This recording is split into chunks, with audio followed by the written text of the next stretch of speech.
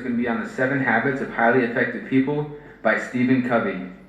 Now, this book has touched millions of people's lives. It's one of, if not the most well-known success books out there. There are literally thousands of success books out there, so why should this one be any different? Well, Stephen researched the last 200 years of success literature and found something quite interesting. In the last 50 years, most of the books have been focused on the personality ethic. Things like public image, how you dress, how you perform in social interactions, positive mental attitude, skills and techniques to get people to behave in certain ways. These books focus on how to appear rather than how to actually be. The 7 Habits of Highly Effective People takes an inside-out approach. It focuses on the character ethic rather than the personality ethic. In the words of Stephen Covey, almost all the literature in the first 150 years or so focused on what could be called the character ethic as the foundation for success. Things like integrity, humility, temperance, courage, and justice, patience, industry, simplicity, modesty, and the golden rule. The character ethic taught that there are basic principles of effective living, and that people can only experience true success and enduring happiness as they learn and integrate these principles into their basic character. Greatness starts from the inside out. Of course, there is a place for personality ethic, but almost all the literature in the first 150 years or so focused on what could be called the character ethic as the foundation for success. Things like integrity, humility, temperance, courage, and justice, patience, industry, simplicity, modesty, and the golden rule. The character ethic taught that there are basic principles of effective living, and that people can only experience true success and enduring happiness as they learn and integrate these principles into their basic character. Greatness starts from the inside out. Of course, there is a place for personality ethic, but character forms the foundation. Personality ethics need to be rooted in character. The personality ethic can be seen as fake, or as a fake it till you make an image if it's not rooted in character. Sometimes people apply these personality techniques in order to use and manipulate people to meet their own goals and agendas. In the long run, people will eventually see through this duplicity. But you can't fake character ethic. If you're still a little fuzzy on this concept, picture an iceberg, right? The personality ethic is above the water. The character ethic is below the water. It forms the foundation. It's where the greatest impact over the long term is. It's where you sow the seeds of greatness. The problem is that people don't focus on the foundation. They focus on the appearance.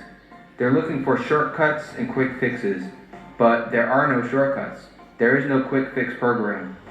But if you endure and apply the following habits, you will absolutely achieve your goals, and it will help you develop better relationships.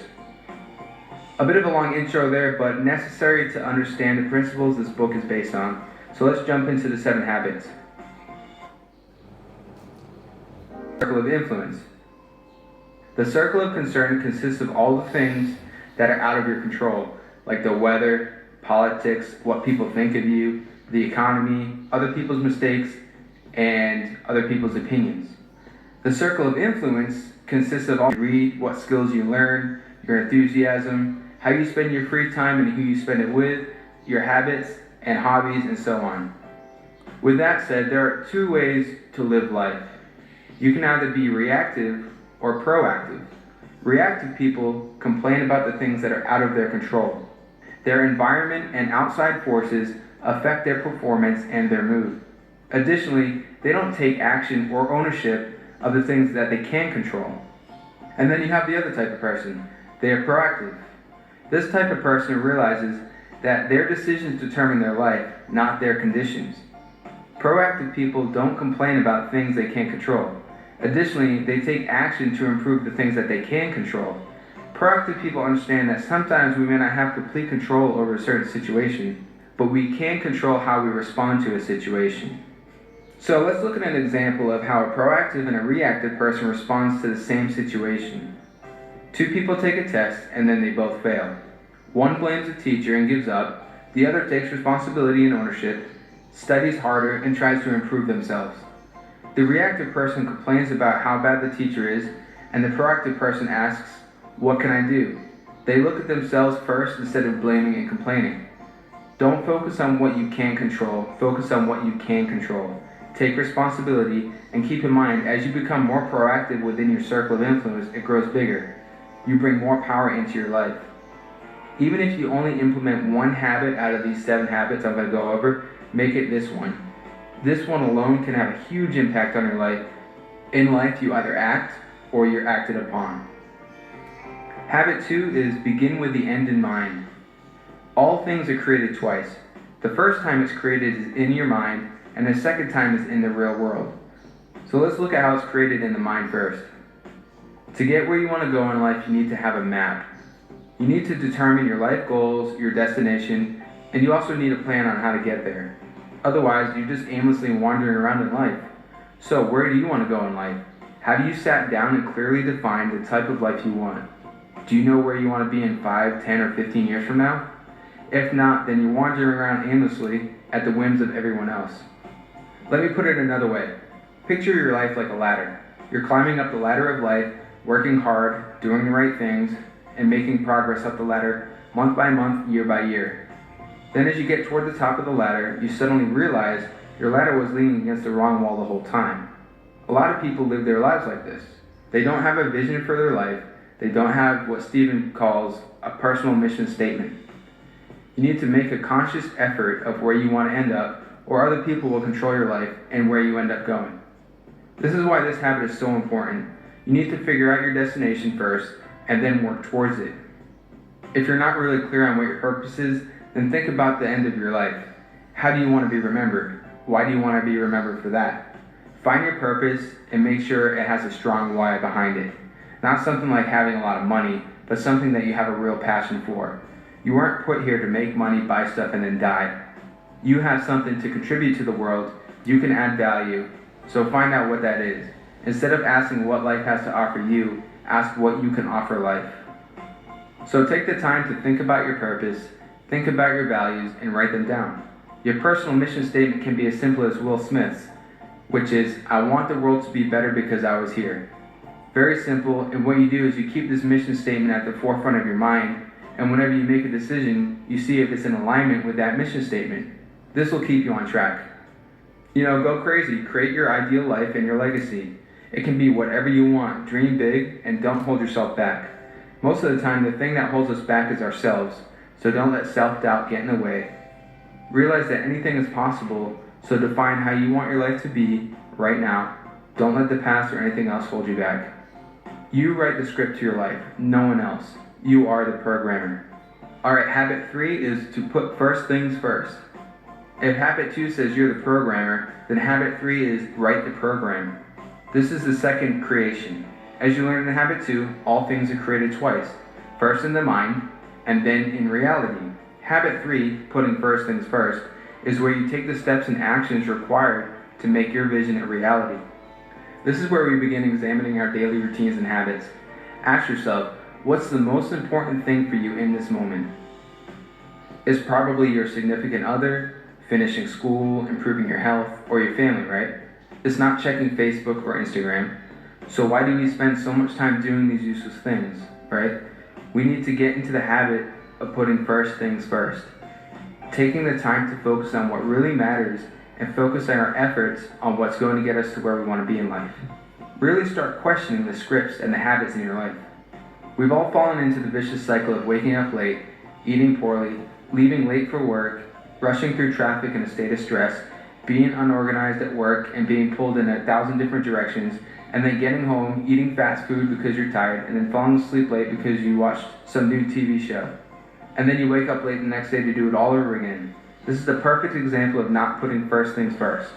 We could all use a little help in the time management department, right? And we all have a lot to do. So how do we manage time effectively?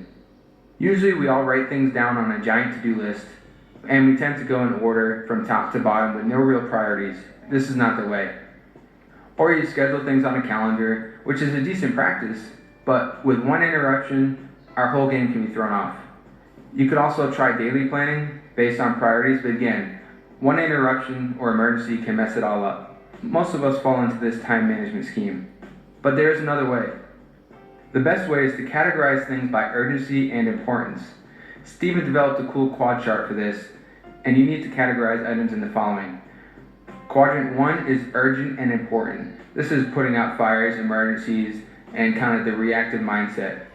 Quadrant 2 is not urgent and important. These are things like your health, exercising, spending time with your family, relationships. We need to put more focus here. These are often neglected activities, and this is where success and balance and growth are found. Quadrant 3 activities are not important and urgent. So most of us spend our time here, right? Interruptions, some meetings, some phone calls, and other people's emergencies. And then quadrant 4 are not important and not urgent. These are a waste of time, busy work, some emails, some phone calls, and so on. You remember the example above of the reactive and unorganized person. Now let's look at an example of someone who puts first things first. Joe wakes up early, exercises for 30 minutes, eats a healthy breakfast, leaves early for work, and has a nice, smooth, and joyful ride. Then Joe works on the important and not urgent things in quad 2, and he works on emergencies if needed, and then he delegates quadrant 3 activities and rejects quadrant 4 tasks. Joe takes a nice relaxing lunch and thinks about the rest of his day and plans his night. At the end of the workday, he closes out tasks and plans things for the next day. He gets home and prepares a healthy meal, and then maybe reads before bed. He seems to have more time to think and reflect about his life, and he makes plans on where he wants to end up and who he wants to be. Basically, what we did in habit 2, begin with the end in mind. I mean, if you look at these two different examples, it's a huge difference, right? No one on their deathbed wishes they spent more time at work or checked their Facebook more often, right? So again, focus on what's important to you and make it a priority. Commit yourself to it. Now the first 3 habits, be proactive, begin with the end in mind, and put first things first, are about moving you from being dependent to being independent. They're about self-mastery. They help you become more effective as an individual by developing inner strength, character, purpose, and values. The next 3 habits, which I'll cover in the next video, move you from being independent to being interdependent. Interdependence is the highest level of what Covey calls the maturity continuum. The maturity continuum consists of 3 levels: dependence, independence, and interdependence.